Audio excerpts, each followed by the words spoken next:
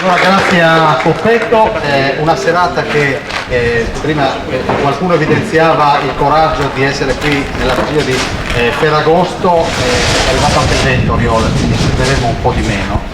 Questa serata nasce anche da un libro, da un testo che il buon Oriole ha scritto e dei figli che ne facciamo. Il riferimento non è ai figli tuoi, ma ai figli che magari questi immigrati hanno già o che pensano di avere un giorno. Io intanto se c'è il cambio microfono ti passo la parola qui. Innanzitutto da cosa nasce? Da che esigenze mettere giù la carta questa roba? Intanto saluto tutti, grazie di questa presenza, grazie Daniele, grazie all'organizzazione, grazie Anello. Beh, devo dire, in 20 anni che studio l'immigrazione era anche doveroso a un certo punto prendere in esame una grande trasformazione che è avvenuta all'interno del fenomeno migratorio stesso e che forse è sfuggita all'opinione pubblica. È una trasformazione che è già in atto da diverso tempo, da decenni in altri paesi d'Europa. Il passaggio, l'entrata in scena delle seconde generazioni. Teniamo conto che l'immigrazione, il fenomeno migratorio in Europa ha mezzo secolo di storia, noi arriviamo buoni ultimi, si può dire che l'immigrazione in Italia abbia più o meno 30 anni di storia. Anzi, quando l'immigrazione comincia in Europa, noi ne eravamo protagonisti, ma sull'altro versante come fornitori di manodopera ai paesi che poi nel frattempo accoglievano anche flussi da altre direzioni.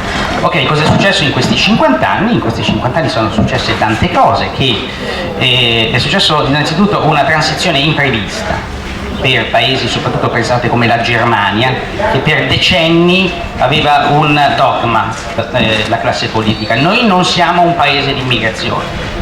Era un precetto indiscutibile e che negava l'evidenza, cioè mentre si facevano accordi per esempio formali, proprio per esempio con la Turchia, ma anche con la Grecia, per avere dei flussi di manodopera al servizio delle aziende, della ricostruzione, da un punto di vista invece politico si faceva fatica ad accettare che una componente della propria popolazione fosse non autoctona, per cui la politica ufficiale era di non integrazione. Sta di fatto che non è andata così, perché sostanzialmente la premessa appunto delle politiche di reclutamento della manodopera era che prima o poi questi lavoratori se ne sarebbero tornati quando sarebbero finite le esigenze per cui si era avviata la politica di reclutamento. Così non è stato perché alla fine è nata la prospettiva da parte dei cittadini stranieri stessi del radicamento. Per cui la grande trasformazione che è avvenuta,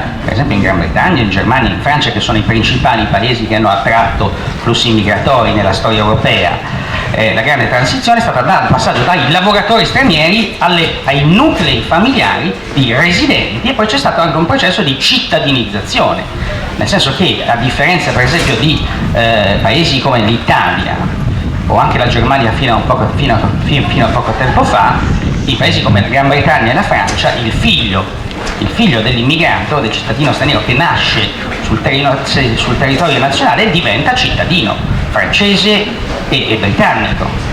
E in Italia non è così, c'è una discussione in corso, c'è stata anche una notizia breve. Ecco, quindi c'è stata una grande trasformazione, c'è il passaggio dalla manodopera straniera ai cittadini stranieri, in parte anche giuridicamente cittadini, cioè hanno acquisito la cittadinanza, e chi è cittadino sono soprattutto le seconde generazioni.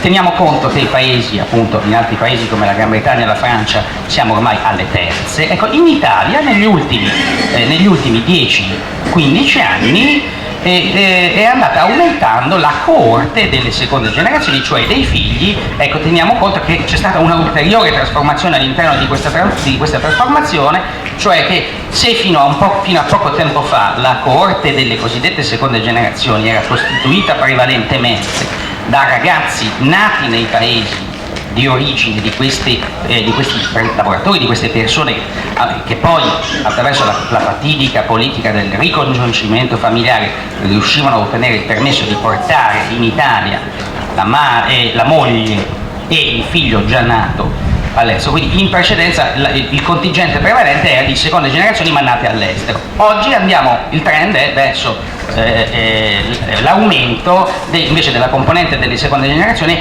nati in Italia, quindi se mi permetti l'espressione sociologicamente italiani, con una differenza, che il background, le origini della famiglia sono diverse, e questo background comporta anche una componente religiosa, e non è un caso che oggi appunto nell'organizzazione di questo incontro si è voluto invitare degli amici che rappresentano per l'appunto viene definita la seconda religione del paese, l'Islam, anche se di fatto non è molto chiaro, perché c'è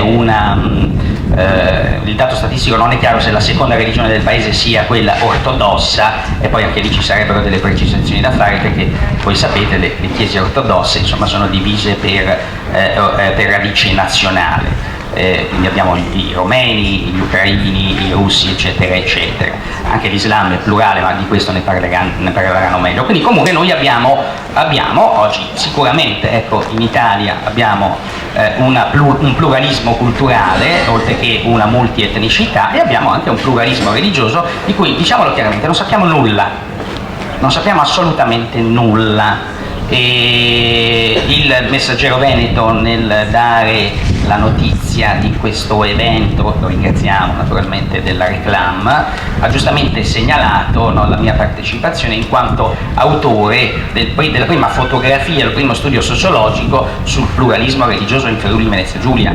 Noi abbiamo fatto all'Università di Udine questa decisione, dell'immigrazione sappiamo tantissime cose, sui dati economici, gli inserimenti lavorativi, le aziende fondate da cittadini stranieri, sappiamo tutto, ci sono delle banche dati, basta andare in Camera di Commercio, o per i dati del lavoro ci sono i relativi uffici, ma sulla situazione religiosa se ne sa molto poco, e sul Friuli Venezia Giulia fino al 2009 non si sapeva assolutamente nulla. Ma noi sapevamo, perché lo vedevamo, che in questi anni i nuclei, le comunità, i gruppi di cittadini stranieri si sono organizzati con uno sforzo volontario e hanno dato vita a dei luoghi di culto dove appunto riproducono la propria tradizione religiosa. E non ci sono solo le moschee, che poi l'espressione moschea è una semplificazione, Fausi lo sai meglio di me, l'espressione moschea propriamente ce ne sono 4 in Italia, in senso tecnico, si deve parlare di luoghi di culto, ma poi ecco, noi nella fotografia che abbiamo fatto nel 2010 eravamo 3 ricercatori sguinzagliati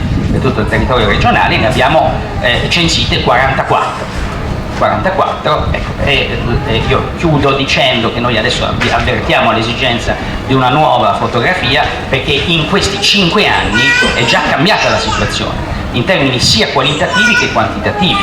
Per esempio i luoghi di culto islamici in provincia di Udine sono molti di più, ne sono stati aperti a Terzo d'Aquileia, a San Daniele, a Civita del Friuli, e ne hanno aperto uno a Spilimbergo, ma poi ci sono anche dei cambiamenti, insomma, delle strutture associative, delle leadership, eccetera, eccetera. Per cui ecco, è importante, io lo dico da sociologo, ci sono tantissimi studiosi che si occupano di immigrazione, ma pochi che mettono a fuoco questa dimensione, la religione, che diventerà sempre più importante, perché attenzione, ecco, questo è il passaggio con cui chiudo, le seconde generazioni, che differenza c'è rispetto ai genitori? Ce ne sono tante, non c'è solo il dato anagrafico che molti sono nati in Italia. Le seconde generazioni sono persone che hanno un'altra mentalità e hanno una forte autocoscienza identitaria, e la religione diventa un elemento con cui si struttura la propria autocoscienza di gruppo, e quindi questo costituisce oggettivamente un motivo di riflessione, anche perché noi,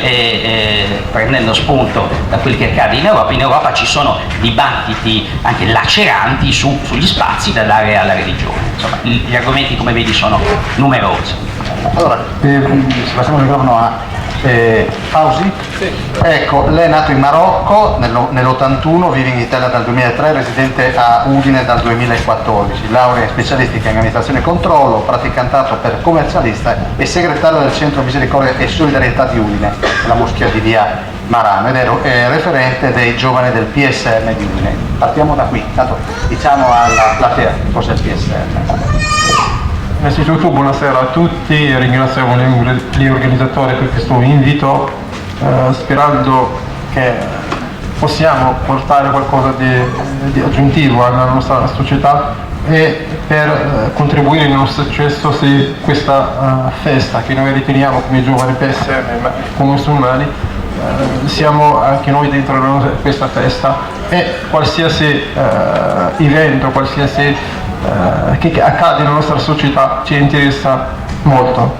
L'associazione PSM è recentemente costituita nel 2011, che significa Partecipazione e Spiritualità Musulmana, che appunto è nata per avere due obiettivi, già dallo slogan PSM. PSM significa partecipazione, ovvero aiutare tutti i musulmani in particolar modo a partecipare nella società, cioè ad essere partecipi, ad essere positivi, ad acquisire il senso della responsabilità nella società, cioè che noi, a prescindere se noi siamo nati fuori l'Italia oppure siamo nati qui, siamo italiani, a prescindere da quello che c'è scritto nella carta, e di conseguenza dobbiamo essere parte di questa società, contribuire in tutti i suoi ambiti: culturale, sociale, economico. Spiritualità, come anche parlava Marco prima, riguarda l'atto religioso, ossia l'educazione spirituale, cioè che cerca l'associazione PSM tramite le sue diverse sezioni ad aiutare i musulmani ad avere un buon rapporto con il suo creatore, cioè a tenere la sua natura, quella di prendere la retta via e di conseguenza avere un buon rapporto con il creatore, insomma. Senta Fabio, rispetto al 2003, quando lei è arrivato in Italia, si sente guardato in che maniera?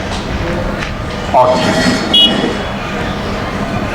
Inizialmente... Che sguardi incrocia per Udine, non solo per Udine? Inizialmente non ha avuto nessun, diciamo tra virgolette, nessun problema a livello di tipo discriminatorio oppure razzista, ma all'inizio avevo io un problema me stesso, perché non riuscivo ad integrarmi. Sono venuto nel 2003, quindi ho passato quasi la metà nel mio paese di origine, la metà della mia età, e allora avevo una mentalità diversa, sono arrivato in una società diversa, costumi diversi, lingua diversa, che non avevo un buon italiano all'inizio, persone diverse con mentalità diversa, e quindi ho lasciato tutto quello in un'altra parte e sono venuto in un altro mondo. All'inizio ho trovato una difficoltà nell'integrarmi, ma sono riuscito io ad avere il coraggio a farmi integrare, quindi a farmi degli amici, soprattutto nelle università. Vi rendete conto che io andavo dagli studenti e chiedergli delle cose, delle stupidaggini, anche se lo so, ma faccio finta di non sapere, giustamente per fare buoni rapporti. E quindi la stessa cosa facevo anche con il professore, la stessa cosa facevo anche nei bar, quando incontravo anche persone che per la prima volta che li vedo. Di conseguenza non ho mai avuto un problema particolare in senso a livello discriminatorio, quindi forse ho avuto fortuna rispetto a degli altri. Quindi mi sento già dall'inizio che sono una parte della società, e quindi le persone che mi circondano mi considerano come un loro familiare, e questo mi ha dato un coraggio di più di andare avanti, quindi di non perdere questa opportunità. Per questo ho deciso anche di andare avanti nello studio. Ecco, ho fatto l'università, ho fatto un percorso formativo e quindi adesso sto facendo anche il dottorato, il praticantato per commercialista, ma non mi fermerò qui, continuerò anche col dottorato di ricerca e così. Quindi... Senta, poi lei magari ci farà entrare idealmente nella moschea di via Marano, ci dirà che che atmosfera si respira, anche perché c'è un fatto di cronaca, quel personaggio che è stato fermato dalla questura e rimandato a casa perché ritenuto terroriole, un reclutatore pelagiata. Andiamo dalla signora un attimo. Permette una battuta, non a caldo?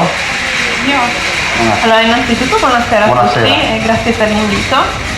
Caldo. Prima faceva tanto caldo, io lo dico. Sinceramente no. No, a volte mi capita, adesso sinceramente si sta anche abbastanza bene. A volte mi capita di sentire caldo, ma non mi fa grande differenza. Senta, chi dice che le donne sono discriminate dai propri uomini, i musulmani, è una balla? Esattamente. È una balla? Sì. Cioè, poche parole sì, perché alla fin fine l'Islam non fa differenza tra uomo e donna, entrambi hanno gli stessi diritti, hanno gli stessi anche doveri, però il problema è che magari a volte si sente dire qualcosa riguardo una determinata persona che si comporta non nel modo giusto e di conseguenza si generalizza. Sono cose che capitano e non solo nelle società islamiche, ma come ho sentito dire anche nella società italiana, però non bisogna collegare le due cose, nel senso che l'Islam dice qualcosa e le persone che di conseguenza si comportano non adottano sempre il comportamento giusto. Senta, sono curioso io, immagino siano curiosi anche gli amici che sono in platea, ma ci può dire che cosa può fare e cosa non può fare allora una donna di fede? Una donna? Sì. Ma a cosa si riferisce precisamente? Comportamenti, che cosa può, lei mi ha capito benissimo, quali sono le regole in famiglia? In famiglia? Sì. Allora, posso andare a scuola, posso studiare, posso cercarmi un lavoro, posso uscire con gli amici, posso... Può fare tutto, Alla Oriole. fin fine posso fare tutto quello che mi appaga, lo posso fare. Magari lei si riferisce forse al bere? Non so. No, mi aiuti lei perché io Allora, non conosco. in generale nell'Islam, questo vale sia per le donne che per gli uomini, non si può bere alcolici, non si può mangiare carne di maiale, non si possono avere rapporti sessuali al di fuori del matrimonio, però sono regole che valgono per entrambe le parti, quindi non è discriminazione, è semplicemente rispetto della propria religione. Oriole, ti presto il mio microfono, prendi pure. È proprio così? Beh, devo dire, io è da 20 anni che mi documento, che studio, ammetto candidamente non conosco l'arabo, per cui le mie sono fonti di secondo livello, quindi sono traduzioni, però esiste una foltissima letteratura sociologica, politologica, filosofica, eccetera, eccetera, sull'Islam e soprattutto sulla presenza islamica in Occidente. Allora, io rispondo così. Con una citazione che faccio spesso, è stata fatta da un grande studioso di Islam in Europa, in particolare in Francia, uno studioso francese. Questa citazione risale al 2004, teniamo conto che il 2004 è l'anno di Atocha, delle bombe di Madrid. Quindi è un momento direi particolare perché è di fatto il primo attentato pianificato dal terrorismo islamista qaedista e eseguito in Europa. Allora questo studioso esce con questo libro in quell'anno e lui usa questa espressione: è in corso la battaglia d'Europa. Cos'è la battaglia d'Europa? È la battaglia per i cuori elementi dei musulmani europei. Cosa significa? Significa che noi abbiamo in Europa, è difficile sapere quanti sono i musulmani, perché spesso alcuni paesi, per esempio la Francia, non fanno dei censimenti che documentano la fede delle persone. E quindi, ma si può fare una stima, 15 milioni, 16, ok? Allora, siccome l'Islam, a differenza del cattolicesimo, è una religione acefala, non ha un vertice che detta la dottrina e la conseguente ortodossia da rispettare. L'Islam sostanzialmente è una religione plurale, e poi ne discuteremo naturalmente con Fauzi, ci dirà la sua, è una religione plurale, quindi scalabile, e soprattutto ci sono appunto interpretazioni concorrenti, e quindi ci sono varie anime e la contesa per la lealtà del gregge riguarda in generale 1,5 miliardi di musulmani, ma riguarda anche i 15 milioni di musulmani europei.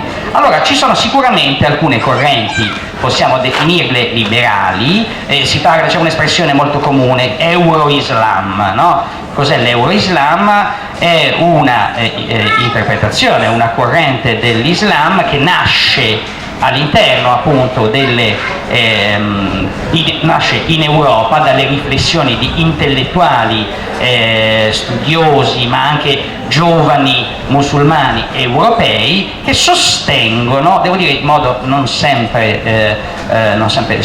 chiaro, un po' sibillino, che i valori occidentali e i valori dell'Islam siano perfettamente compatibili, per cui in Europa starebbe nascendo appunto un nuovo Islam, espressione appunto di questa popolazione europea di fede islamica, che si dice disponibile per l'appunto ad aderire pienamente alla lettera, insomma, per esempio delle nostre Costituzioni, quindi assoluta eguaglianza tra uomini e donne, eccetera eccetera. Ora, devo dire che, se devo essere proprio molto schietto, ma io di solito lo sono, non sono molti sostenitori dell'Euro-Islam, anzi c'è una forte critica, c'è una forte polemica all'interno del mondo islamico, per cui questa, diciamo, è una sorta, insomma, di deviazione, io uso un eufemismo, perché ci sono appunto altre correnti che cercano appunto di egemonizzare le comunità islamiche europee e spesso queste che sono molto più per esempio molto più rigoriste, ci sono anche le correnti radicali e ahimè noi abbiamo anche il jihadismo sta facendo un tentativo molto forte di scalata appunto all'interno dei musulmani europei. Attenzione, non delle moschee, bisogna sempre fare una distinzione tra luoghi di culto e musulmani, perché anche l'equazione, no? La moschea è il luogo del reclutamento, per me è completamente sbagliata, anche perché oggi l'Islam viaggia online, ecco. Diciamo, il jihadismo sta facendo una scalata, sta tentando di conquistare le simpatie, insomma la lealtà, la fedeltà, e devo dire purtroppo ci sta riuscendo, non con numeri massicci, ma guardate, bastano poche persone, ecco, per procurare dei forti problemi di sicurezza. Guardate, io scusate, io ho appena letto stamattina più approfonditamente rispetto a quando è uscito il rapporto dell'Europol. Sapete cos'è l'Europol? È l'organismo di polizia europea, è un rapporto annuale sul terrorismo, okay? I dati sono abbastanza significativi, sebbene per esempio il numero complessivo, sono stati 207 gli episodi terroristici del 2014, quelli che hanno una motivazione religiosa sono stati 2. La gran parte quindi degli attentati terroristici, attenzione, sono ancora attribuibili per esempio a ideologie, per esempio intanto al separatismo, quindi sono soprattutto per esempio attentati dei baschi.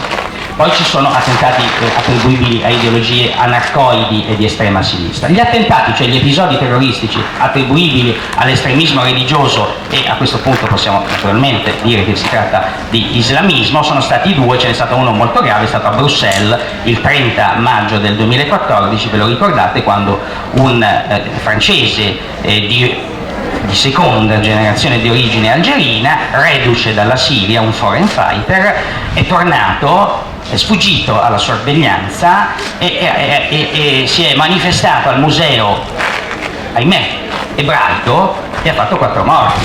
È scappato, l'hanno catturato 4 giorni dopo a Marsiglia, e lui è stato catturato in un pullman, e lui nel suo borsone aveva ancora il Kalashnikov avvolto nella bandiera dell'ISIS, nella bandiera dello Stato islamico. Allora diciamo 207 attentati, di cui solo 2, però attenzione, c'è un altro dato interessante: gli arresti, cioè le operazioni di polizia che hanno condotto degli arresti per motivazioni di terrorismo. Gli arresti per motivi di terrorismo sono stati 770 circa, la metà sono legati al terrorismo religioso. E allora devo dire, quindi sebbene si debba sottolineare, no? Il jihadismo non è assolutamente egemonico all'interno dei musulmani europei, ma è la principale preoccupazione delle nostre agenzie di sicurezza. E comunque il messaggio con cui sintetizzo è, per l'appunto, esiste una pluralità di anima all'interno di tutto l'Islam in generale, anche dell'Islam europeo. Ci sono varie sigle, molte sigle sono influenzate da movimenti che operano all'esterno. Ricordiamo sempre che una delle più grandi organizzazioni che sta cercando insomma di scalare l'Islam europeo sono i famosi fratelli musulmani egiziani, che sono la matrice del fondamentalismo islamico, sono molto presenti anche in Italia, però ecco, esiste una pluralità. Abbiamo per esempio anche un'altra sigla che è Partecipazione e Spiritualità Musulmana, credo, da quanto ho capito, io ho parlato lungamente con i nostri amici che abbiamo qua al nostro fianco, ho parlato anche con Mohamed Hassani, che è il vostro referente udinese, è un movimento autonomo che si rifà a uno sceicco marocchino. Io ho letto appunto alcune cose, purtroppo non leggo l'arabo, ho letto alcune traduzioni di questo Abdesalem Yassin, giusto? Che viene ritenuto appunto la guida spirituale di PSM, e vabbè, io ho delle perplessità, ma diciamo mi fermo qui, sottolineando per l'appunto la natura plurale e purtroppo scalabile dell'Islam italiano, europeo e in generale. Pausi. Orioles parlava di correnti. Non siete uniti, non la pensate tutti alla stessa maniera nella moschea di Via Marano? Le vostre posizioni sono univoche o siete divisi nella moschea di Via Marano? All'interno?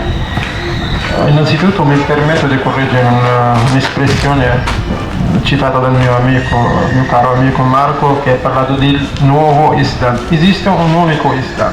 Non si può, secondo me, non c'è un Islam moderato, un Islam moderno o un Islam nuovo. L'Islam, che è quello che ha portato il profeta Maometto, su di lui la pace, su tutti i suoi fratelli e profeti, è colui che è quello, lo stesso, solo che attualmente bisogna contestualizzare ovviamente i testi sia del Corano che tutta la tradizione del profeta Maometto. Quindi si può parlare semplicemente dell'Islam, senza Islam nuovo, senza Islam moderno o moderato. Ovviamente noi qui in Italia una cosa che ancora mi dispiace molto è che la nostra Costituzione ci dà la libertà di confessare la fede, ma purtroppo non si applica questa norma, questo articolo, questo bellissimo articolo citato dalla Costituzione. A livello burocratico ci sono ancora problemi. Di conseguenza sto parlando del riconoscimento dell'Islam come religione. Noi purtroppo qui non abbiamo l'autorizzazione di fare moschee, ma di fare soltanto centri culturali, sono sedi, maggior parte sedi delle associazioni, come il nostro centro sito in via Marano Lagunare, che era l'ex concessionaria Opel, adesso acquistato dall'associazione Misericordia e Solidarietà.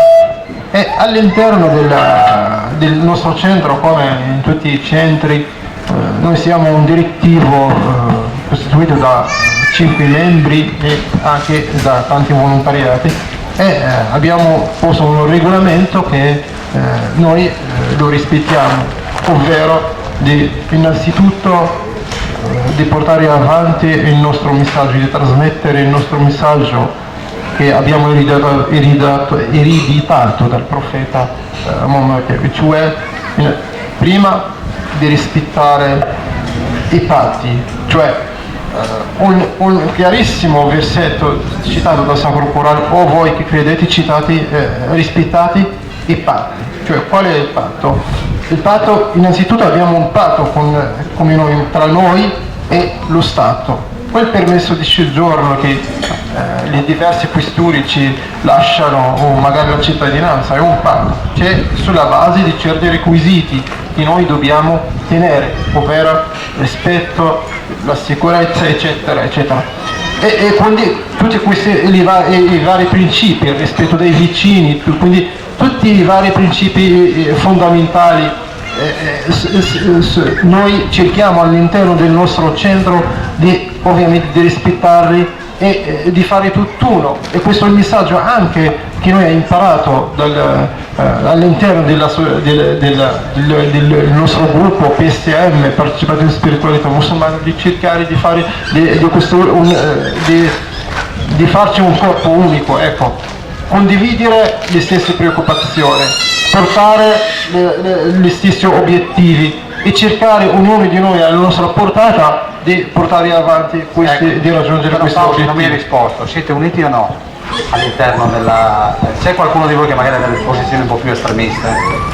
Assolutamente no, ovviamente sono questi i principi fondamentali e su questo non si può discutere, nel senso che tutti noi siamo d'accordo su questi principi, e ovviamente se ognuno ha uno o due persone ha delle caratteristiche personali diverse, ma non arriva al livello dell'estremismo. Tutti i membri, sia anche quelli che frequentano il nostro centro, e questo può anche confermare anche le autorità, che noi siamo moderati, cioè nel senso siamo quelli musulmani che devono portare il vero messaggio dell'Islam, il messaggio della convivenza, della pace, del rispetto dell'altro, della non violenza, e considero che questi sono principi fondamentali, linee che non deve oltrepassare.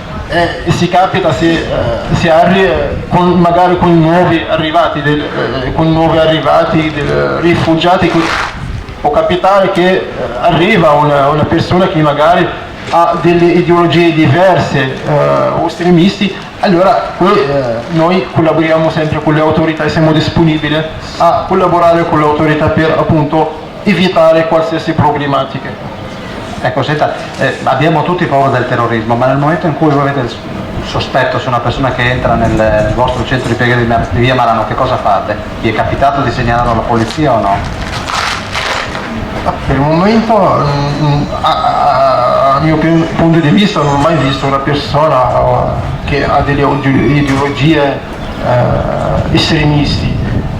Abbiamo segnalato casi magari il mese scorso che erano due che sono combattuti fra di loro, ma sono casi normali che si possono capitare anche per strada, ma a livello di vedere un terrorismo, perché un terrorista o uno che parte, tanto non si può leggere o prevedere quello che gira nella testa di un essere umano, e in più a livello personale non ho mai visto una persona che porta dell'odio oppure che ha delle idee, delle ideologie terroristiche. Questo almeno a livello personale. Orioles, se uno ha delle strane idee le manifesta o è così silenzioso? Allora io ribadisco una cosa e mi rifaccio di nuovo all'Europol. Cosa ci dice l'Europol? Allora il problema, attenzione, quindi invertiamo il discorso, non è che il jihadismo, l'estremismo si manifesta all'interno delle moschee perché abbiamo degli imam particolarmente agitati che cercano di sobillare, non è così. E l'Europol ci dice, attenzione, il percorso è diverso, il jihadismo, quindi l'estremismo, nasce nel mondo virtuale, perché ormai queste ideologie, guardate, tutta la storia, la parabola di Al-Qaeda, tutti i documenti, tutti i proclami, i video, e poi oggi nell'era dell'ISIS avviene tutto online. Pensate, tutto il reclutamento dei jihadisti, foreign fighters, avviene presentato attraverso Twitter, attraverso i social media. Allora il problema è un altro, che appunto quello che viene definito tecnicamente la radicalizzazione dei musulmani, cioè il musulmano tranquillo che magari neanche va in moschea, che probabilmente non avrebbe nessun rapporto con Fausi o lo avrebbe come collega dell'università, che quindi è un musulmano tiepido, non osservante, non credente, a un certo punto ha uno sbandamento per motivi i più vari, comincia a coltivare idee di un certo tipo, trova su internet tutto quello che gli serve per avere la forma mentis del terrorismo, l'ideologia dell'odio, le forme di antisemitismo più spinte, e trova su internet addirittura anche i contatti, anche eventualmente per essere reclutato e per fare il famoso salto oltre il confine turco in Siria e in Iraq e diventare appunto un miliziano dell'ISIS. Allora il problema è che poi magari alcuni di questi tornano no? E poi, questo ti dice l'Europol dice il rischio sicurezza oggi deriva dalla possibilità dei retournés, dei foreign fighters che ritornano e che cercano magari all'interno di ambienti in cui c'è una certa contiguità religiosa, quindi probabilmente anche le moschee, di individuare persone suscettibili, ecco, di essere come questi radicalizzati. Quindi non è nella moschea che nasce il jihadismo. Il jihadismo ormai nasce, guardate, il mondo contemporaneo è così, no? Le reti, la globalizzazione, quello che si definisce il transnazionalismo, non esistono più confini per cui si viaggia da un punto all'altro del pianeta, è una straordinaria opportunità di crescita morale, intellettuale e economica per tutto, ma è anche il brodo di coltura perfetto per la crescita di fenomeni di questo tipo. Purtroppo gli strumenti sono neutri, poi chiunque li può usare, anche per cui il jihadismo si è impossessato perfettamente degli strumenti della modernità e ne ha fatto delle armi letalissime. Pensate, c'è uno studio di un think tank americano che l'anno scorso aveva quantificato in 40.000 gli account Twitter più o meno legati allo Stato islamico, a quello che oggi noi chiamiamo califfato. 40.000 account, e questi 40.000 account sono accessibili. Io vi faccio un altro solo esempio, no?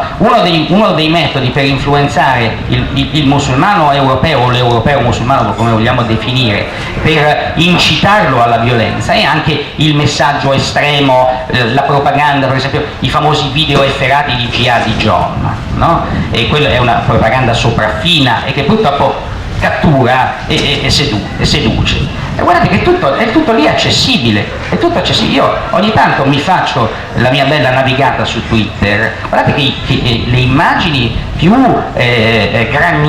grandignolesche, più truculente, sono tutte online.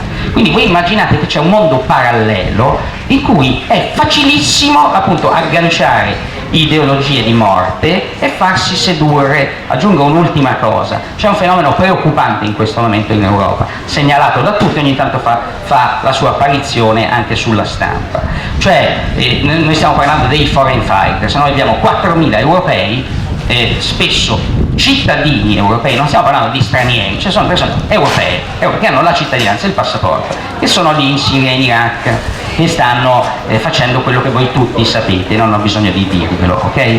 Ma non ci sono solo i combattenti, guardate che ci sono i flussi di medici, giuristi, ci sono le donne che vanno a diventare vogliono diventare le spose dei mujahideen, e sono alcune di queste adolescenti, ragazzine. Voi mettetevi nei panni di una famiglia di Bristol che dall'oggi al domani si vede scomparire la ragazzina sedicenne, e questa viene 2 giorni dopo i servizi segreti dicono l'abbiamo fotografata in Turchia che sta passando il confine per la Siria. Non stiamo parlando di 2 persone, sono centinaia di persone. Questo è un mondo parallelo, purtroppo, che va combattuto strenuamente, lo si sta facendo, ma non è semplice, perché guardate, è facilissimo. Tu cosa fai? Poi Obama cosa fa? Ok, Obama si incazza, dice ok, Google, ok, YouTube, ok, Twitter, tu devi collaborare, individuiamo gli account dei jihadisti e li cancelliamo subito. Ma questi li creano 3 minuti dopo. Addirittura, sempre il rapporto Europol dice che attualmente i jihadisti hanno adottato una strategia molto sofisticata per continuare la loro azione sui social network, per cui loro usano un registro sarcastico, cioè parlano di jihad come se fossero degli europei che fanno ironia. In realtà sono loro stessi che in questo modo, quindi abbindolando anche gli organismi che fanno la sorveglianza, continuano la loro opera a questo punto diabolica, che è mirata al reclutamento dei musulmani europei. Concludo dicendo una cosa, che tutto questo, no? Io lo dico da osservatore purtroppo informato, tutto questo non ha nulla di sorprendente, anzi io sono sorpreso della sorpresa di tutti. L'anno scorso c'è stato, guardate, l'ISIS o Stato Islamico, o ormai li vogliono far chiamare califfato, intanto nasce, ha cambiato diverse volte sigle, nasce nel 2003. con l'invasione americana, quando un invasato locale dice adesso io approfitto dell'invasione americana per fare un po' di stragi di americani, non vedo l'ora. Ecco, la parabola di Al-Qaeda in Iraq nasce nel 2003, poi ha cambiato diversi nomi, alcuni impronunciabili perché sono in arabo, poi è diventato Stato Islamico in Iraq, Stato Islamico in Siria e in Iraq e poi ISIS. La guerra civile siriana comincia nel 2011. Per 3 anni è successo di tutto, noi qui non abbiamo detto assolutamente niente. Poi cosa è successo? A giugno del 2014 è successo un evento clamoroso, la conquista di Mosul, cioè l'ISIS che operava in Siria, che è diventato pian piano, grazie a tutta una serie di errori geopolitici di varie potenze e anche a complicità, è riuscito a fare il salto dall'altra parte del confine e a fare una cosa spettacolare, cioè cancellare i confini creati col trattato Sykes-Picot dopo la prima guerra mondiale. Non esiste più il confine tra Siria e Iraq.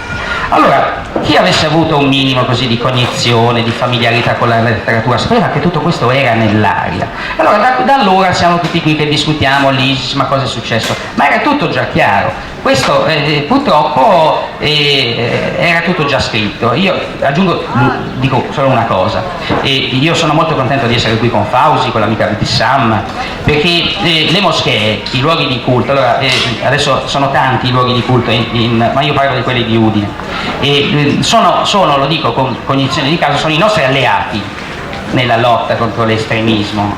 Anzi, se voi andate a vedere, la strategia di counter-terrorismo, cioè di controterrorismo degli Stati Uniti, anzi Obama ha fatto un grande vertice a marzo, ha convocato tutti i grandi leader mondiali, tra cui c'era anche una delegazione italiana del Ministero dell'Interno, c'era anche un deputato, e se voi leggete i documenti della strategia di controterrorismo, quindi dettati dall'America in coordinamento con tutte le grandi potenze, loro dicono: noi dobbiamo fare un grande lavoro di rete assieme ai centri islamici, intanto per costruire una cultura appunto della solidarietà, dell'amicizia, dell'accoglienza, e perché poi loro, i centri islamici, i loro leader e i singoli fedeli, sono loro che possono aiutarci a individuare precocemente, prima che sia tardi, coloro i quali danno segnali, insomma, di preoccupazione. Quindi secondo me è importante, ecco, eventi come questi sono importanti per segnalare che ci sono all'interno del nostro Friuli Venezia Giulia, sono 30.000 musulmani più o meno, hanno i loro luoghi di culto, loro sono i nostri alleati in questa battaglia di civiltà, perché purtroppo è una battaglia di civiltà contro l'inciviltà. Chiedo scusa. Allora, andiamo ad Abdissam un attimo, con la pronuncia. In famiglia si parla di terrorismo e con che tono? Veramente poco, perché è un qualcosa che comunque, cioè, non ci riguarda, nel senso non ci riguarda direttamente, perché sappiamo che nessuno di noi andrà mai a farne parte, in questo senso. Però potreste subirlo il terrorismo. Appunto, in quel senso ne parliamo. Non ne parliamo tanto, però ogni tanto capita magari di tirare fuori l'argomento, se ne parla, si cerca di capire un momentino cos'è che sta succedendo, perché è una realtà nuova anche per noi. Senta, per certi le donne e gli uomini che si fanno esplodere sono dei martiri, per lei che cosa sono? Dei martiri. Ah. Per lei invece? Dei martiri, beh, insomma. Per certi, non sì, no. Capisco il suo sorriso, sorrido anch'io. Appunto, cioè io infatti mi chiedo, ma come fa una persona a fare, cioè in primis a farsi esplodere, in secondo luogo ad uccidere anche altre vite, perché il collegamento proprio non ha senso. Non riesco proprio a capire cos'è che li spinga a fare questa cosa, qual è il motivo che li porta a fare del male a se stessi, alle loro famiglie e di conseguenza a persone che soffrono per questo, che ne risentono, e di conseguenza anche le famiglie di queste persone. Non so se mi ha capita. L'ho capita. Bene. Senta, se un cristiano vuole sposare una musulmana è obbligato a convertirsi, così? Sì, non è obbligato, nel senso, se... È obbligato o no? Aspetti, mi faccio spiegare. Nessuno è obbligato a convertirsi. Se un italiano, mettiamo, si converte all'Islam, allora se vuole può sposare una musulmana. Se invece non è convertito, non è obbligato non è obbligato a convertirsi per potersi sposare. Però in famiglia non sarebbero tanto contenti.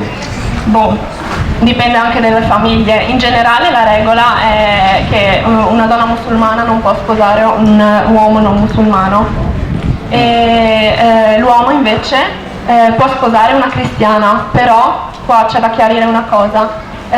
Si parla di cristiani che al tempo del profeta Mohammed, pace e benedizione su di lui, erano dei cristiani che dicevano non c'è Dio al di fuori di Allah e il suo profeta era Gesù. Nel senso, anche questi cristiani dicevano che Allah è l'unico Dio, di conseguenza adesso questa regola non è più valida, perché i cristiani di adesso dicono che Gesù è figlio di Dio, capisce? Capisco. Senta, ma continuando nelle condizioni, e una figlia femmina dovrebbe ricevere in realtà la metà di quanto riceve un maschio? Perché la figlia femmina alla fin fine non è lei che dovrà assumersi tutte le responsabilità economiche della famiglia. Di solito è l'uomo che Ma vivendo in Friuli, non le sembra che ce ne sono in platea donne che tengono in piedi 3 angoli della casa, vanno a lavorare, magari hanno 3 figli, meritano un peso diverso probabilmente? Non si tratta di peso economico in sé. Questa cosa riguarda una regola, soprattutto nei paesi musulmani comunque, cioè è una regola diciamo normale. Per voi magari sembrerà anche strana, sembrerà dare meno valore alla donna musulmana, ma non è così. Fauzi, vedo che sorridi, ma... No, innanzitutto giustamente per completare quello che diceva Pisam, se noi torniamo al testo, giusto per dire una cosa, quelli che si esplodono si considerano martiri, ma da dove ce l'è stata fuori questa norma? Da dove prendono questa norma, questo certificato? Dal Corano? Il Corano dice il contrario, che uccide un essere umano siccome uccidesse l'intera umanità, e quindi anch'io mi stupisco da queste dichiarazioni di queste persone che quando si esplodono si considerano martiri. Per quanto riguarda invece il discorso dell'eredità della donna, innanzitutto prima di parlare dell'eredità parliamo di una cosa più importante dell'eredità, ovvero della vita interna. L'epoca prima dell'Islam c'era un fenomeno molto pericoloso, un fenomeno era molto famoso che all'epoca non accettavano in un'atti femmine e venivano sibillati vive, ed è questo un fenomeno molto si rischiava anche di qualche donna che è presente da noi di non essere, perché se quel fenomeno continuava allora si rischiava anche che tante donne non possano attualmente essere vive. E quindi la prima cosa che l'Islam ha dato alla donna il diritto alla vita.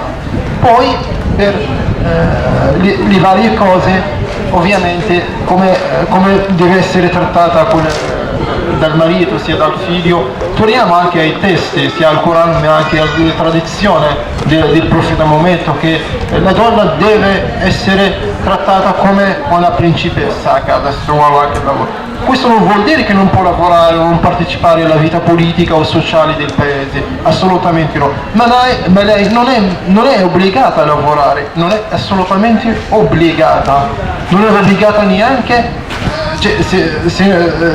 può partecipare, può contribuire a partecipare col marito, ma non è obbligata, cioè la partecipazione e la preoccupazione per le sprovviste della famiglia è a carico del marito ovviamente. E di conseguenza ci sono altri vari diritti che l'Islam ha dato alla donna. Vi rendete conto che subito dopo la morte di Maometto, la donna ha avuto un incarico, era il ministro delle finanze all'epoca del califfo, non vorrei sbagliare, Omar, che è il secondo califfo dopo dopo Abu Bakr, che ha guidato la comunità islamica, e quindi ha partecipato anche alla vita sociale durante anche il profeta Maometto.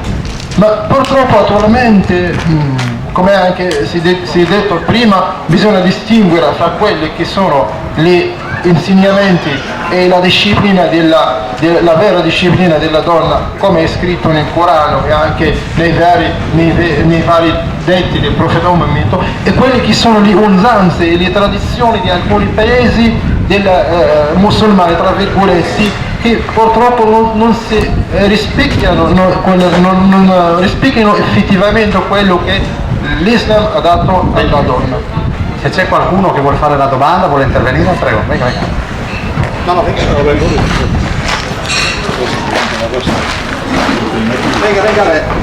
Venga. Facciamo i cavalieri, cosa dice? Venga. Mettetevi assieme. Io però devo chiedere un consenso perché io non ho domande, vorrei fare un piccolissimo intervento se mi regalate qualche minuto, se no rinuncio. Posso? Marco, posso? Posso? Ecco, farò tutto il possibile.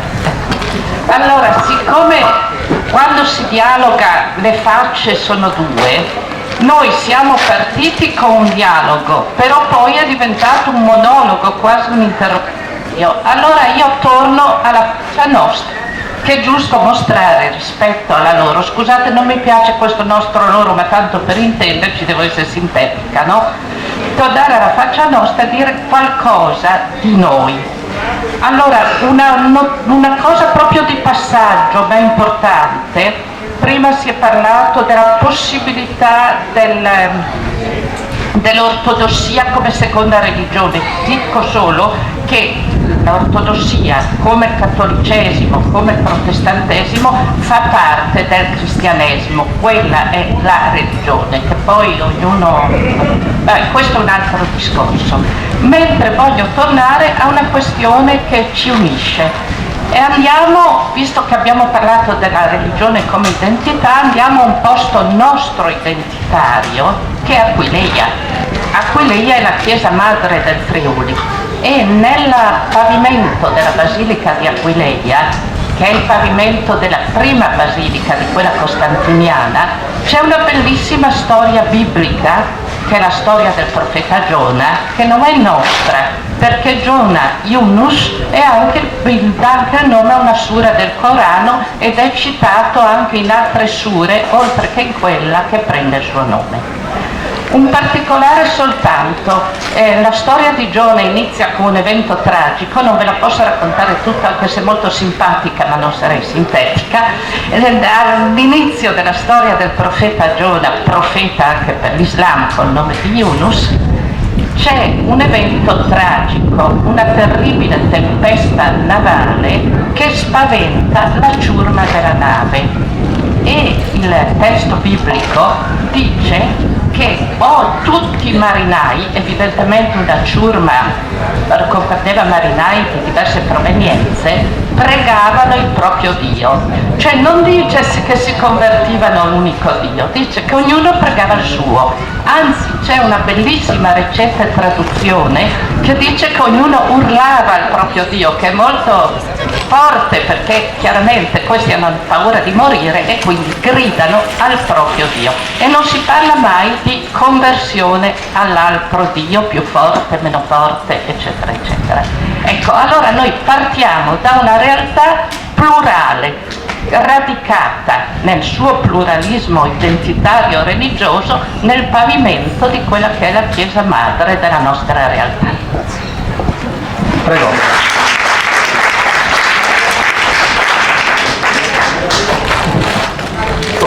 Adesso con l'intervento che mi ha preceduto io cerco di fare una domanda, cioè di ridurre il mio intervento essenzialmente a una domanda a partire dalla considerazione. Islam significa pace, no? Dico bene? Come traduzione. Ecco. Significa anche pace e mi ha interessato molto, mi ha molto colpito quello che diceva Marco Orioles circa la possibilità, la necessità il bene che può dare il fatto che si possa collaborare con queste forze musulmane che sono presenti al fine di andare verso obiettivi comuni che sono essenzialmente quelli dello sviluppo comune, della pace comune e così via. Sono sintetico ecco, allora la curiosità che mi viene, perché credo che io sia in una condizione che riguarda un po' la maggioranza dei cittadini italiani. Questo, a parte chi studia come Marco Orioles da 20 anni molto approfonditamente il fenomeno, la maggior parte dei cittadini italiani non sanno esattamente come la pensano i musulmani, adesso dico tra virgolette moderati, perché il giovane lì prima ha detto che non ci sono tanti musulmanesimi ma c'è soltanto un Islam, no? Va bene, quindi allora io vorrei capire questo, proprio per avvicinarmi alla conoscenza, chiederei, ci sono questi luoghi di incontro, no? Dove si discute, si fa cultura, ecco, allora vorrei sapere qualcosa di più sulle elaborazioni culturali che fate, che tipo di ponti gettate verso la cultura del paese nel quale ormai siete cittadini, verso la sua letteratura, il suo paesaggio, i suoi monumenti e quant'altro. Ci sono tanti argomenti evidentemente, cioè che tipo di discussione culturale, quali sono i temi che affrontate? Fra questi, no, ne cito alcuno solo possibile, che è una domanda anche un po' provocatoria. Le nuove generazioni, no? Cosa pensano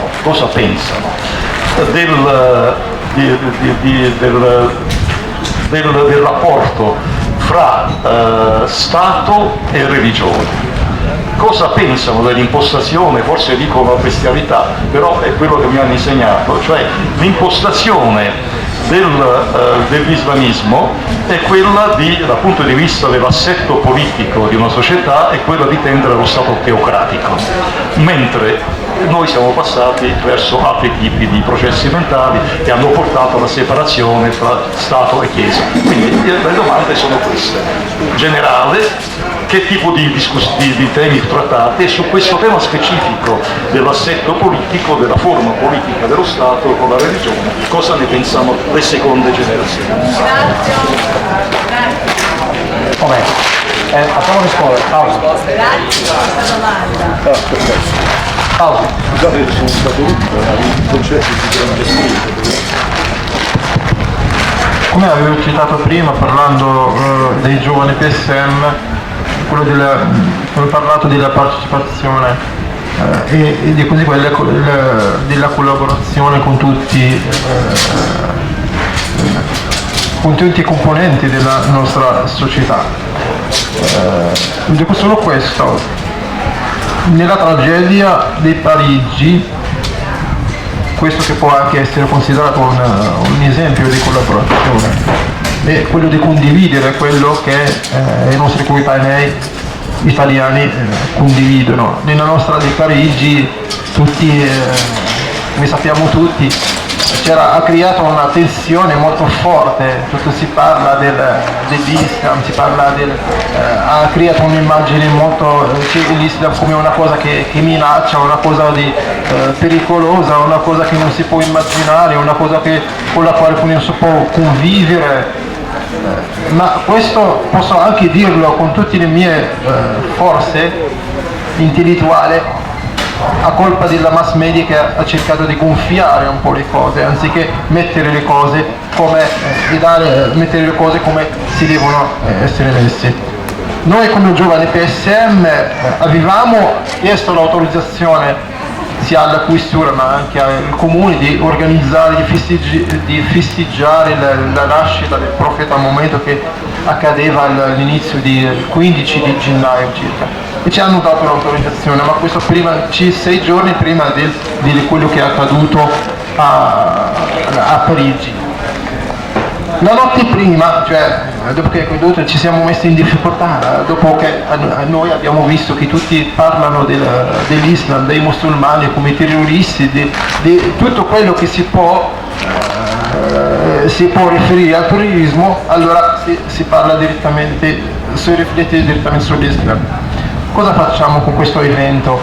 Se non lo facciamo sarà una fonte di provocazione. Siamo messi a discutere come noi diversi referenti dei giovani PSM, cosa facciamo? Allora trasformiamo questo evento come una sorta di manifestazione. Se noi riteniamo, abbiamo detto così, se noi riteniamo che noi facciamo parte della società, allora dobbiamo essere veri cittadini e dobbiamo condividere ciò che i nostri coetanei condividono. Fauci, però devi rispondere. Allora, anche noi abbiamo fatto questa manifestazione e abbiamo invitato sia le autorità, il sindaco, ma anche alcuni amici italiani tipo del tipo focolare, di movimento focolare, che abbiamo invitato anche Marco a partecipare con noi in quella manifestazione che abbiamo fatto. Questo è un tipo di evento. Altri eventi che abbiamo fatto anche in moschea, abbiamo fatto moschee aperte in cui abbiamo invitato c'era anche Marco, c'erano anche gente della chiesa, c'erano anche gli altri. Non so se sei stato. Orioles dice non è lo Stato.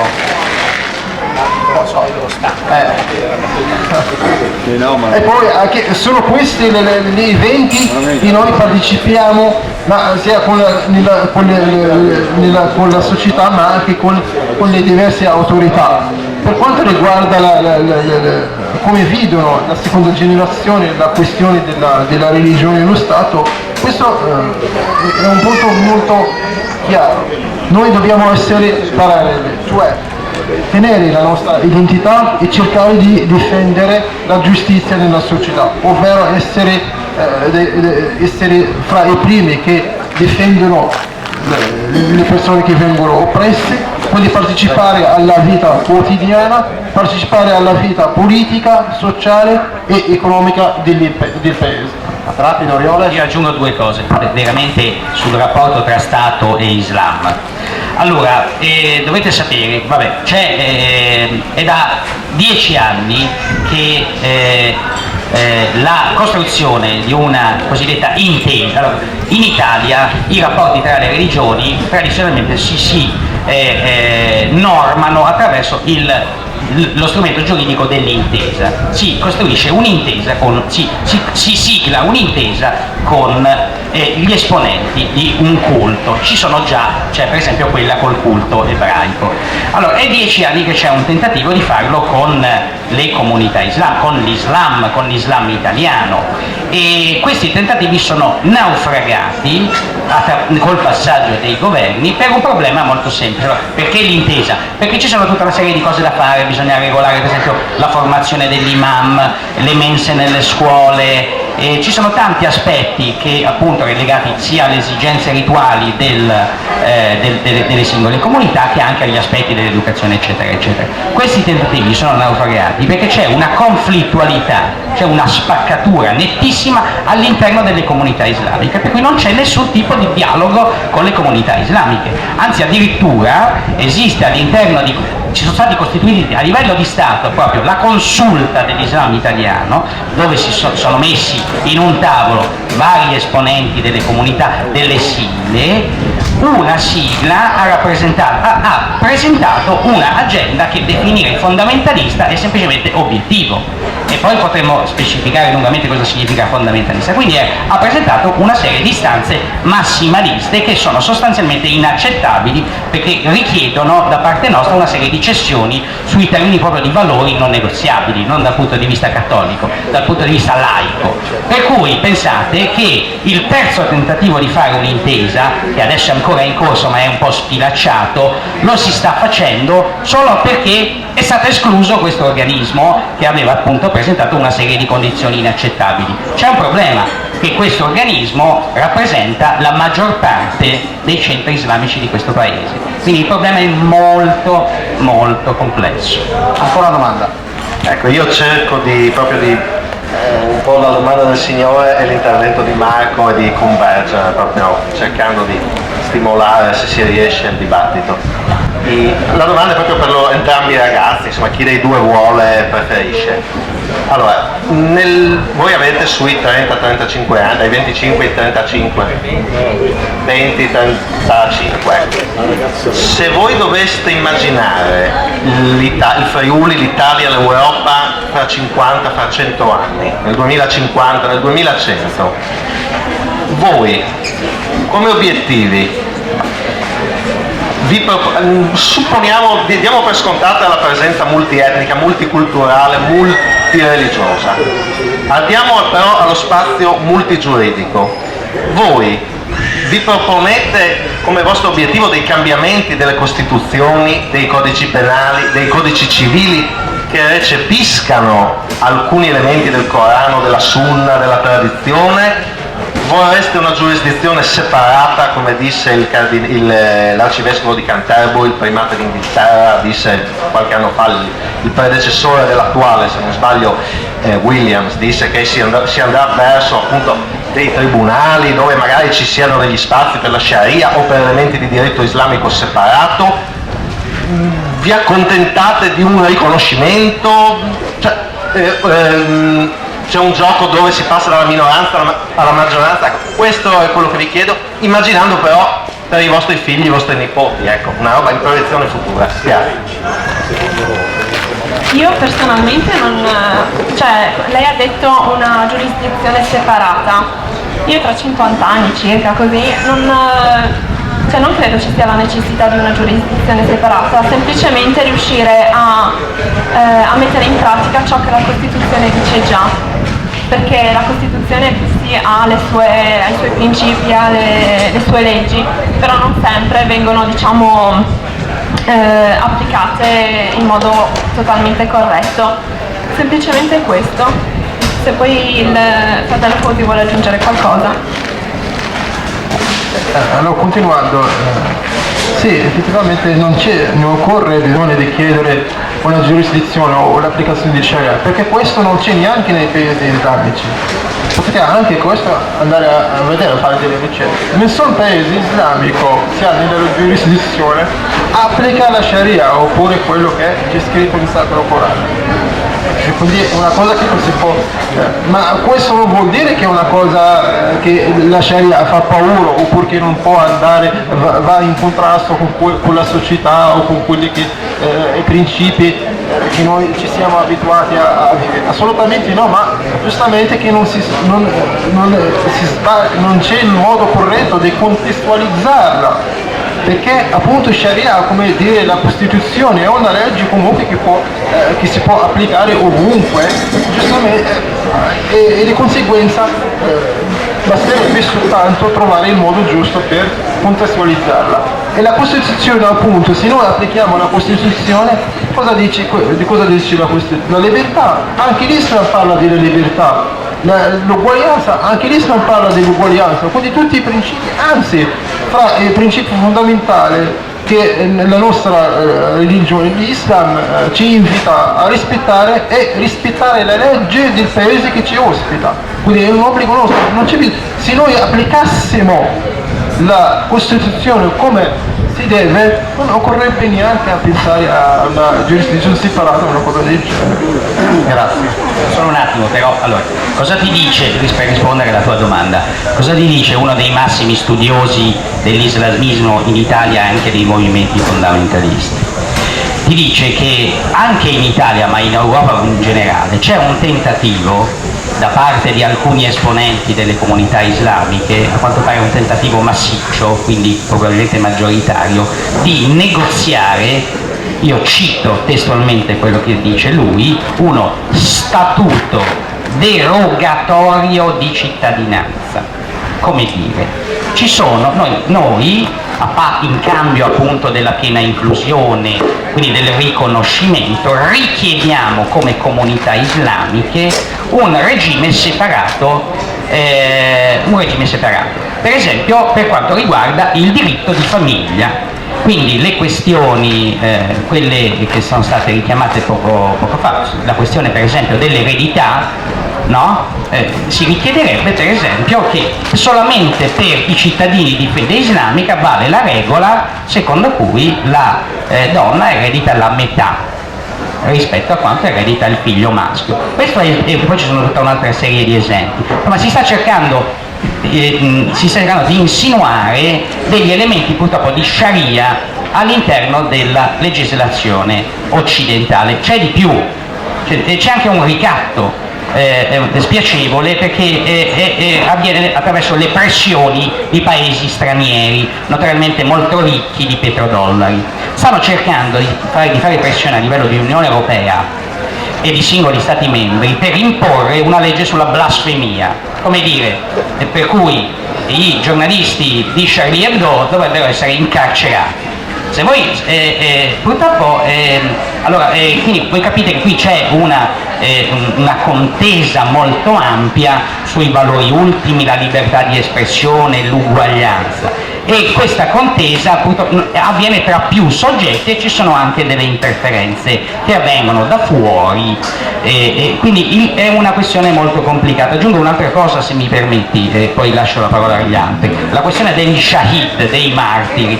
Mi fa molto piacere, io sono convinto che il pensiero della nostra amica qui rappresenti la stragrande maggioranza dei musulmani occidentali, europei, italiani, cioè per cui il martirio è una cosa inconcepibile, ok? Allora, però, tuttavia, l'ideologia del martirio, cioè per cui è giusto, è un dovere immolarsi per causa di Allah nelle cosiddette guerre sante, è stata propagandata con una certa veemenza da parte di personalità influenti europee, che sono molto corteggiate per esempio da certe influenti personalità europee che individuano in questi sceicchi, in queste figure spirituali, in queste guide i loro interlocutori, facendo finta che, o ignorando colpevolmente, che costoro fanno una propaganda molto pericolosa, perché il fenomeno dei martiri, ahimè,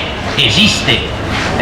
Concludo dicendo che i foreign fighters europei, i jihadisti europei che stanno combattendo nel califfato, sono i primi, i più assidui nel chiedere, nell'esigere di immolarsi nelle azioni di guerra dell'ISIS. Quindi questa semina purtroppo ha prodotto i suoi frutti.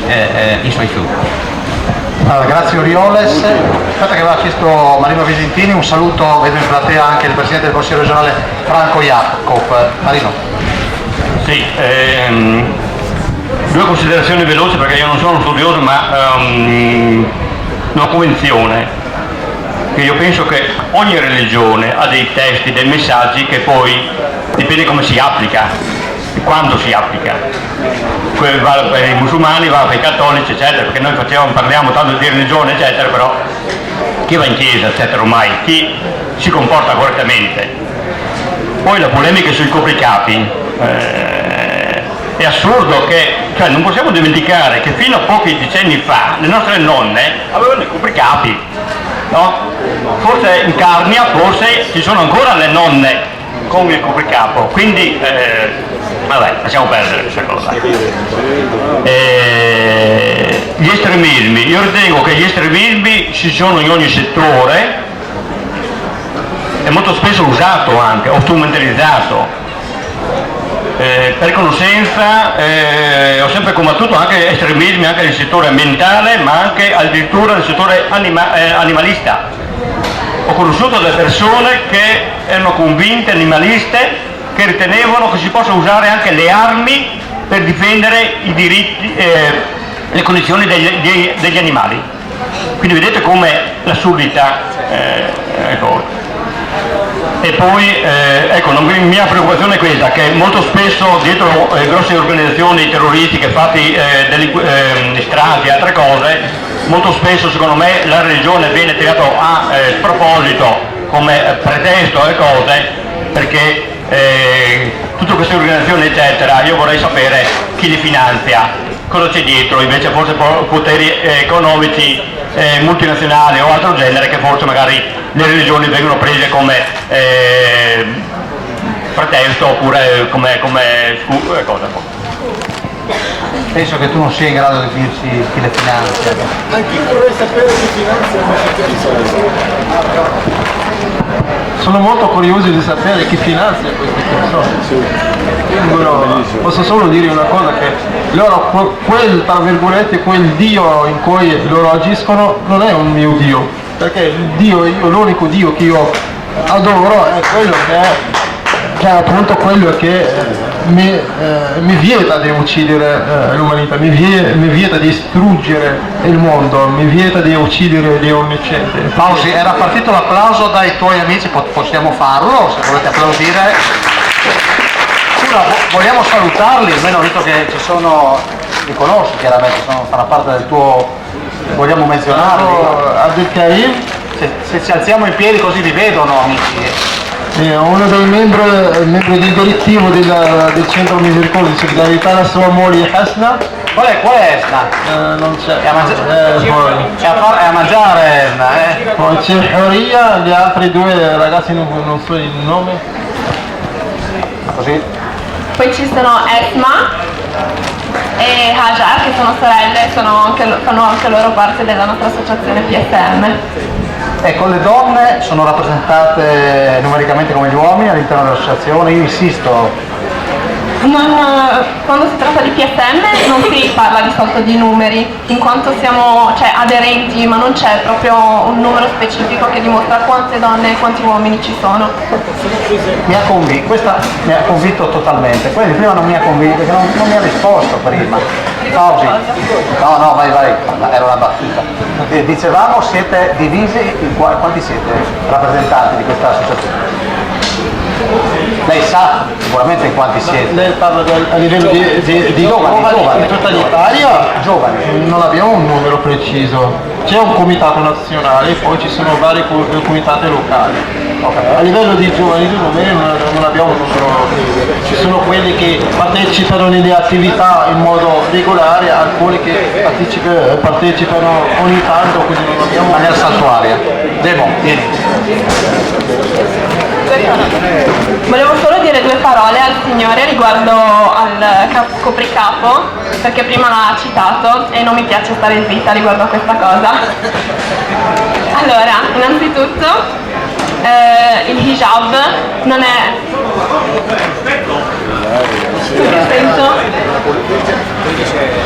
Dice che anche in Carnia, ma tu hai nominato il Friuli, ma anche a Nuoro. A favore? Una posizione a favore? Ok, quindi allora ho capito male io, mi dispiace. Vieni che abbiamo ancora 6 minuti, dobbiamo essere precisi. Mi riferisco a Riola, hai detto una cosa giusta, noi parliamo di musulmani europei, perché non stiamo a dimenticare una cosa, non diamo una stupidaggine. Noi abbiamo ospitato delle donne, noi abbiamo due organizzazioni in Friuli, una è l'Auxilia e un'altra è Smale Gang. Queste operano in questi paesi musulmani, e che si dica, parliamo di Pakistan, parliamo di Siria e parliamo di Arabia Unita. Non esiste parità tra uomini e donne, le donne sono perseguitate, sono scusate e che ne dica. Questo noi dobbiamo avere questo è la maggioranza dei musulmani, che poi seguono il Corano, ma questo non è realtà. Parliamo del Pakistan. Il Pakistan è uno dei maggiori paesi musulmani, parliamo dell'Arabia Saudita, parliamo della Siria. In questi paesi non c'è parità. Dove c'è parità per fare avanti il paese? Non inventiamoci stupidaggini. Parliamo anche di paesi in cui ci sono perseguitazioni per quanto riguarda non perseguitazioni religiose, ma parlo di guerre. In Siria c'è una guerra. E il Pakistan?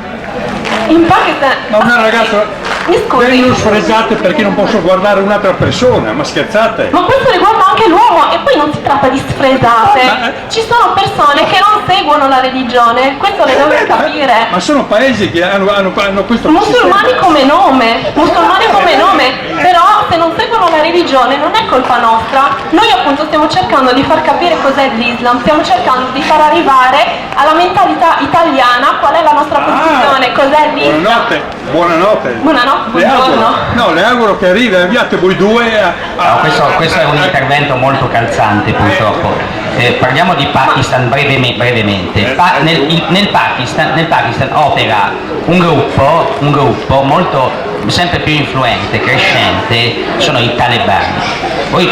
Voi sapete che i talebani, tra i vari delitti che hanno compiuto, no, hanno sparato in faccia a una ragazzina che rivendicava il suo diritto ad andare a scuola. Questa ragazza si chiama Malala. Questa ragazza ha vinto il Nobel per la pace e adesso è la bandiera del diritto delle donne a studiare. Quindi vedete, noi abbiamo segnali di speranza e segnali di disperazione. Allora l'importante è incoraggiare i segnali positivi. Però ecco, bisogna sempre farlo all'insegna della conoscenza dei fenomeni, della trasparenza e della fiera lotta contro le ipocrisie, perché dire per esempio chiedo scusa Fausi, dire per esempio che l'Islam è uno non è vero. Purtroppo non è vero, perché per esempio c'è un grande scisma all'interno dell'Islam, che è quello tra sunniti e sciiti. Allora tu vai a chiedere a un sunnita, io li frequento molto spesso i musulmani, per motivi di amicizia, di stima, oltre che di approfondimento di questi temi. Guardate che parlare di tensione è un eufemismo, c'è un odio radicato tra le due componenti e questo per esempio è la radice degli attuali problemi che ci sono in Medio Oriente ed è una delle fonti del conflitto interminabile della Siria, il crinale tra sciiti e sunniti. Anche lì la questione della donna, dei diritti, Btissam ti dirà e ti potrebbe dire all'infinito che dal punto di vista dell'Islam la donna è uguale all'uomo, tuttavia, come dicono altri musulmani, ci sono dei ruoli diversi. Ecco, ma siccome purtroppo all'interno dell'Islam, ripeto, non c'è l'ortodossia, non c'è la linea, quindi la linea dettata dall'alto, noi abbiamo il fenomeno delle varie interpretazioni, delle varie letture. Anche la questione del velo, per esempio, ci sono alcuni che ti diranno il velo è un obbligo che discende dal Corano. Poi abbiamo ci sono le femministe musulmane che ti dicono non è assolutamente vero che il Corano obbliga le donne a indossare il velo. Per esempio, adesso non voglio entrare nel dettaglio tecnico, la parola hijab, che appunto significa banalmente velo, è citata 7 volte nel Corano. In diversi versetti di 7 sure, che sono i capitoli del Corano. In nessuno di questi 7 casi la parola hijab è riferita al copricapo, come lo definiva il nostro amico, ma si riferisce alla cortina che separa l'uomo, che separa il giorno dalla notte, che separa l'inferno dal paradiso. Allora purtroppo noi abbiamo il testo del Corano, poi noi abbiamo secoli di interpretazioni di giuristi, di sapienti, che hanno portato a varie direzioni, a varie letture, e questa è la battaglia di cui parlavo. Ma professore, io ho parlato di 3 paesi, sono 3 paesi, sì. Dico Siria, Pakistan e Arabia Saudita, non esiste rispetto della donna, parliamo di 3 paesi, non di allora se in questi 3 paesi che rappresentano una gran massa, lasciamo stare dopo altri paesi, potremmo andare a lungo, ma 3 paesi in cui non c'è parità, non c'è rispetto, è questo, parliamo di 3 paesi musulmani, sì. Basta. Assolutamente sì. Adesso lasciamo rispondere Fausto, io dico solo per segnalare il crinale che purtroppo separa Occidente da Oriente e Occidente da Islam. Io segnalo un dato: i paesi islamici si sono rifiutati di ratificare la Carta dei diritti dell'uomo. Cosa sto dicendo? Si sono rifiutati la Carta del 48, esatto, che sancisce per esempio la parità, esatto, e per esempio sancisce la libertà di culto. Uno dei punti per cui è stata rifiutata da parte dei paesi islamici l'adesione alla Carta dei diritti dell'uomo è la libertà di convertirsi, perché guardate che se uscite dall'Islam in certi paesi voi siete condannati a morte. Allora quindi vedete, i temi sono molto complessi. Però adesso sentiamo Fausi cosa dice. Rapido Fausi, perché mi dicono che dobbiamo chiudere, che deve partire un'altra cosa.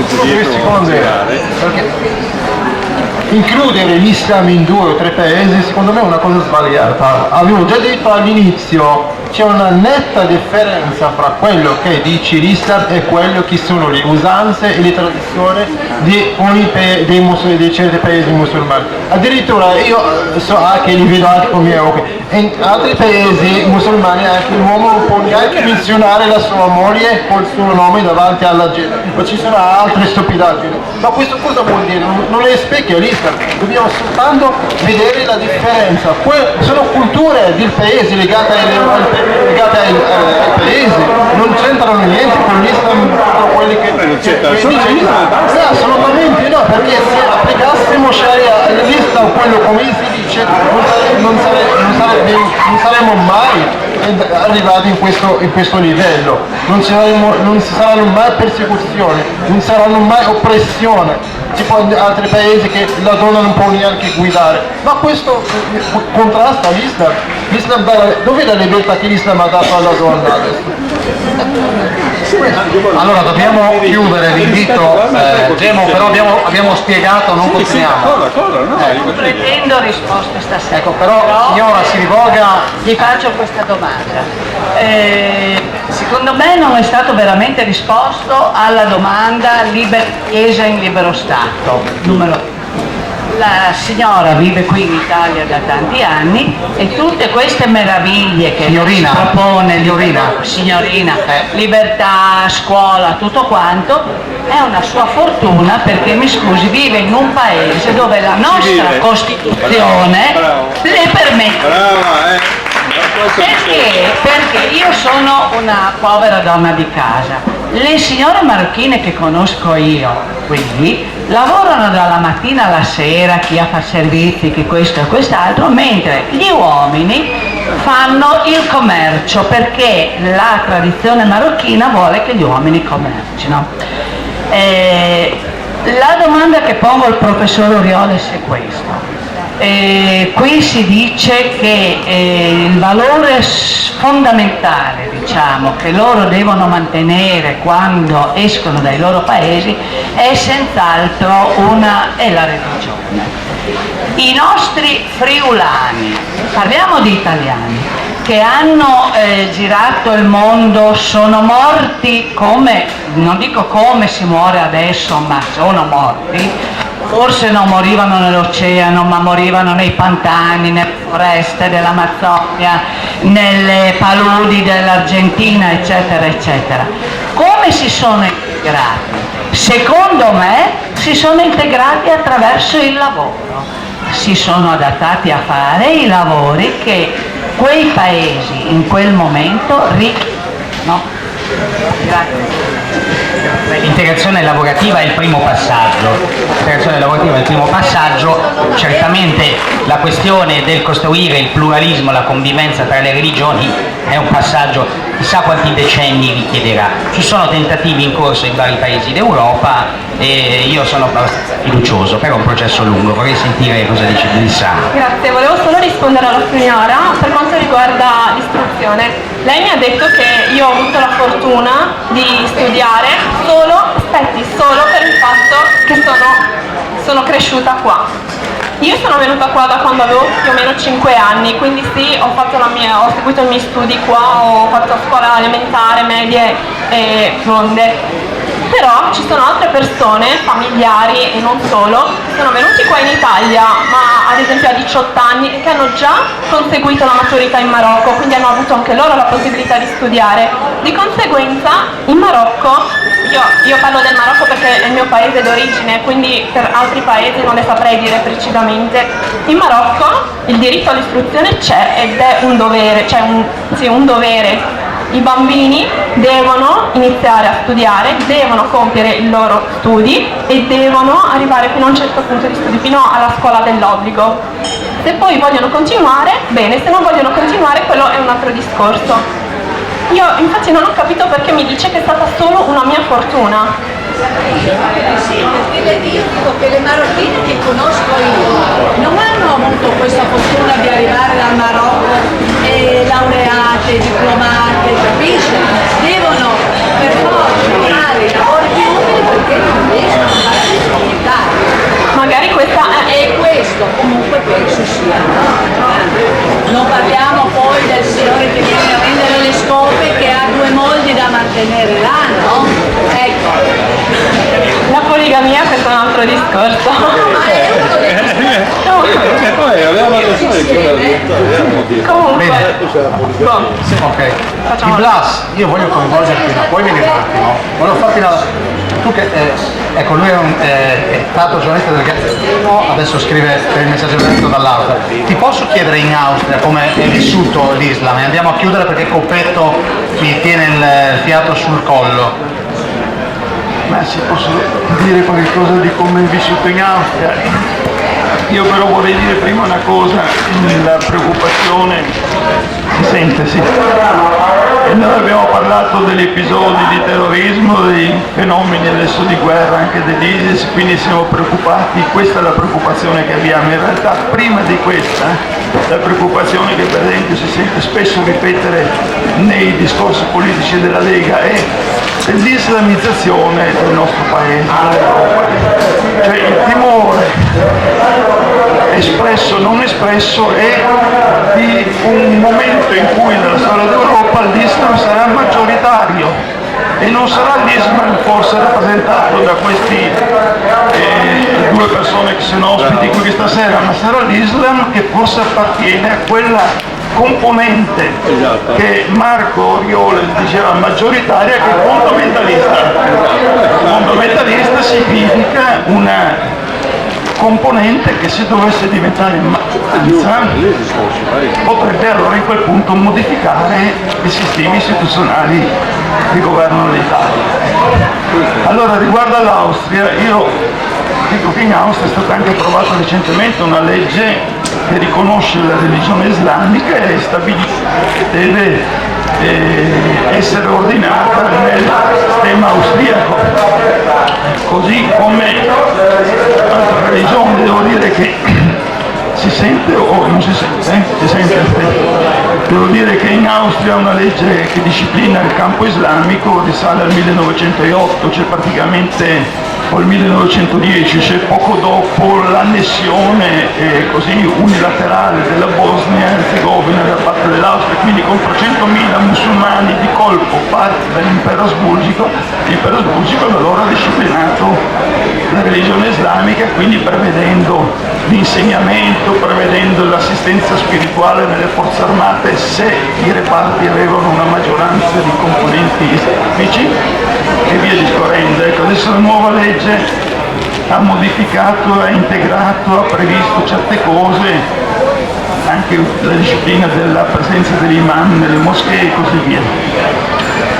Però ecco, in Austria lo Stato ha avuto come interlocutore comunque un coordinamento di comunità islamiche con cui ha potuto ragionare. Io non so se anche lì hanno trovato questa componente che in Italia è maggioritaria fondamentalista, forse non l'ha trovato, hanno comunque con la maggioranza hanno raggiunto questo tipo di non accordo, perché la legge è una legge dello Stato, non è stata fatta una legge con il consenso delle comunità islamiche, ma comunque con una preventiva discussione con il rappresentante delle comunità islamiche, che in Austria è ormai la seconda religione maggioritaria rispetto ai protestanti, per esempio gli ortodossi.